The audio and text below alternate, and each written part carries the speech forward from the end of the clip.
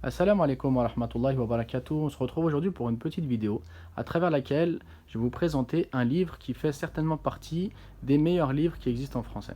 Donc ce livre, Réflexion sur la création, est l'extrait d'un livre d'Ibn al-Qayyim dans lequel il va nous proposer de s'arrêter un moment et de méditer sur ce qui nous entoure, et de méditer également sur nous-mêmes.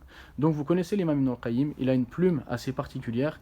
Lorsqu'il parle, notre foi augmente. Il aborde les choses avec une spiritualité profonde qui fait que n'importe quelle personne qui lit ses écrits s'en retrouve bien souvent changé, bouleversé. Et c'est vraiment le cas de ce livre.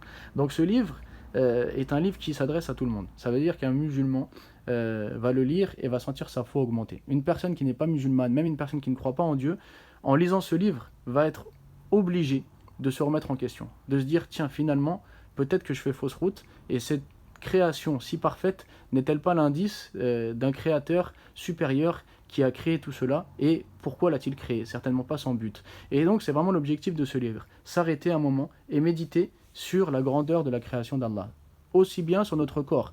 Finalement, on vit au quotidien, on ne fait même plus attention à tous ces bienfaits que l'on a, à la perfection dans laquelle a été créé notre corps, mais également à la perfection avec laquelle a été créé ce monde, la différence qu'il y a entre les animaux, l'intérêt que tel animal soit dans tel endroit, ce qui sort de tel animal, les miracles donc de cette création finalement. Donc le livre nous propose vraiment de nous arrêter 5 minutes, d'arrêter notre course du quotidien qui fait que finalement on n'est plus attentif à ces choses extraordinaires, à cette création parfaite, et là de se poser et de méditer, de réfléchir, d'analyser en profondeur donc tout ce qui nous entoure.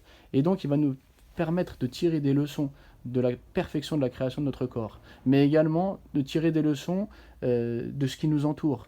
Il va nous parler des abeilles en détail, il va nous parler des fourmis en détail, il va nous parler des mers, des montagnes. Et en fait, lorsqu'on se rend compte de toutes ces choses-là qui nous entourent au quotidien et finalement on ne prête pas la moindre attention, quand on découvre la sagesse de leur création, la raison pour laquelle elles sont là, ce qu'elles apportent comme intérêt, on se rend compte que cette création est parfaite et que tout va ensemble et qu'un équilibre parfait naît justement de toute cette création.